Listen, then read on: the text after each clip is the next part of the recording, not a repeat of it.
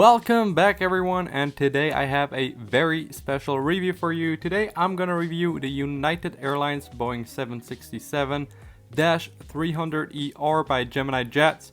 This is actually the first Gemini Jets United Airlines wide body in the new livery, so I'm very excited to review this one for you.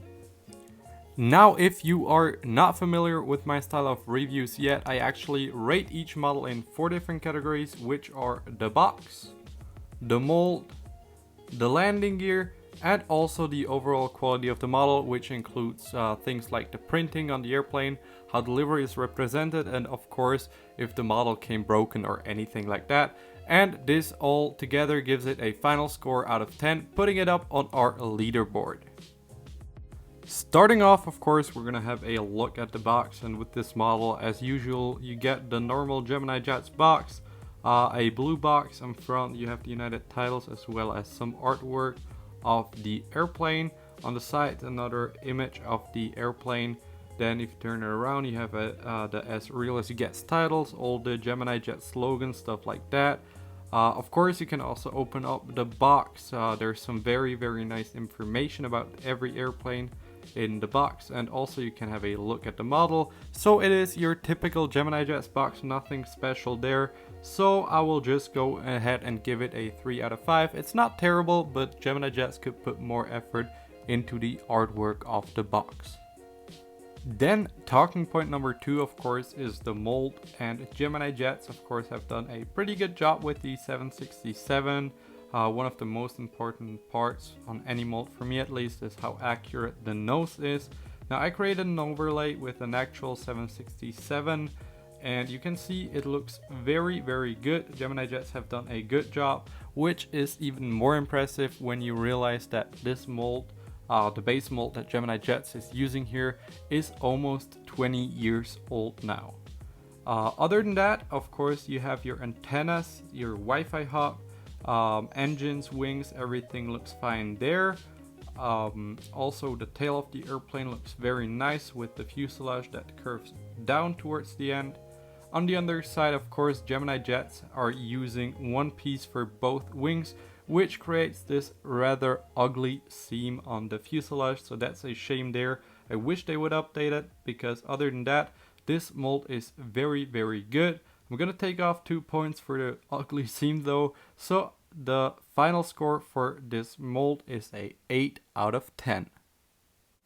Now we have reached the halfway point of this video. If you enjoyed it so far, please go and leave a like and subscribe to my channel for more airplane model related content.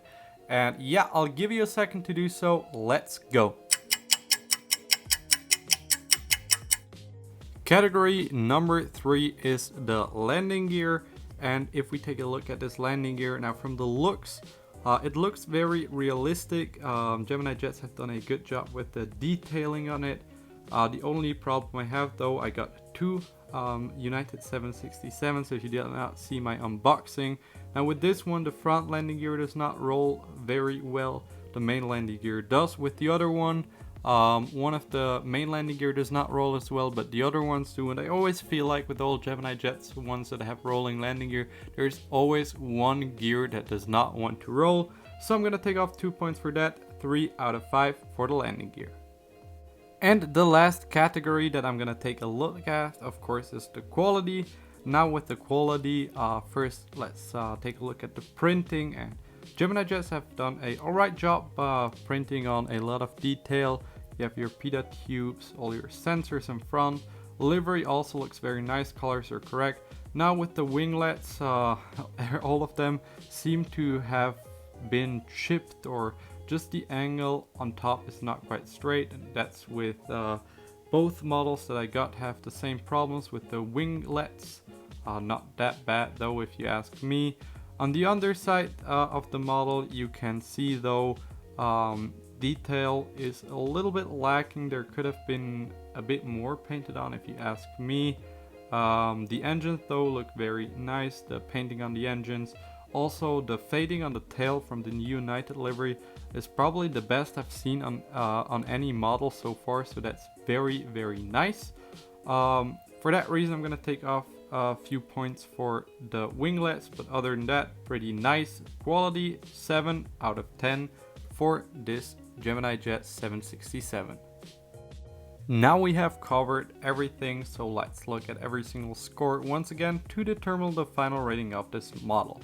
So the box was a 3 out of 5, mold a 8 out of 10, landing gear 3 out of 5, quality 7 out of 10, giving the model a total score of 21 out of 30. That gives it, of course, a final rating of 7.0. Now if we take a look at our leaderboard, we can see that we already have 2 model airplanes with the same score of 7. Now the Lufthansa 747 I think is a little bit better, especially in terms of quality, but the United 757 Herart here JC Wings white box is not quite as good, so I'll give this model today P15 for the moment, right in between the Lufthansa 747-8 and the Herart here New York. Now if you're interested in watching any of my other reviews that I did so far, I'm gonna leave a little icon on the top right of the corner so you can go and check the other reviews out right now. As always, I want to finish this video with my personal opinion, and looking back I think I would not have bought 2 of them, especially because they're gonna be retired in a few years time. I was a little bit disappointed that the winglets were not straight on the top. There was one winglet from both models that was alright, the other ones were not quite as good. So for that reason I think I would have rather bought another United 787-9 with that money. So yeah, I do recommend the model, it is quite alright. If you can use it for your collection, go ahead buy it, but I would not buy multiple ones since there are better model airplanes out there right now. With that said, I want to thank you very much for watching this video. See you next time. Goodbye.